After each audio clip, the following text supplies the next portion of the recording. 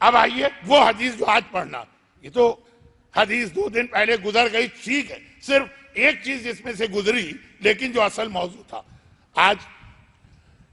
چوتھے امام کے حوالے سے خاص بات جو آپ کے سامنے آئی وہ ہے امام کی دعائیں۔ ہر امام دعائیں پڑھتا، ہر امام دعائیں مانگتا، ہر امام نے ہمیں دعا کا طریقہ بتایا۔ صحیفہ کاملہ تو چوتھے ہی امام کی مشہور، یقیناً ایک صحیفہ علویہ بھی ہے، لیکن جو شہرت، جو مقبولیت اور اصل یہ جملہ اور جو راویوں کا اتھینٹک سلسلہ صحیفہ کاملہ کا ہے، وہ کسی اور کتاب کا نہیں ہے جو ائمہ کی ہو۔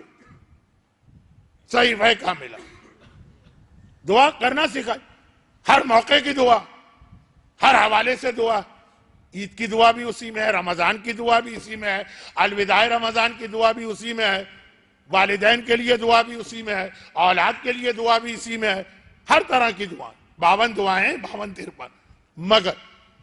یہی امام معصوم جو روزانہ صبح و شام دعا دعا دعا اور دعا سکھا رہا، ایک عجیب حدیث آتی جو اگرچہ اللہ کے رسول کی ہے، کیونکہ امام نے یہی کہا کہ میرے جد نے یہ فرمایا، ہم تک تو چوتھے نے پہنچائی، اور پھر بعد میں جب چھٹے امام کا ایک مناظرہ ہوا بعض مسلمانوں سے، بڑا دلچسپ مناظرہ، شہید مرتضیٰ متحری کی ایک کتاب ہے بچوں کے لیے سچی کہانیاں، اس کی پہلی جلد میں جا کے پڑھ لیجیے گا، پورا مناظرہ 20 صفحے کا۔ تو چھٹے امام نے اس حدیث کو ریپیٹ کیا،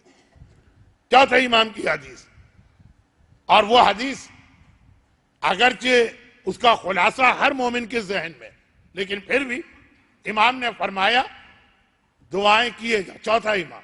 دعائیں کیے جاؤ کیے جاؤ کیے جاؤ کیے جاؤ۔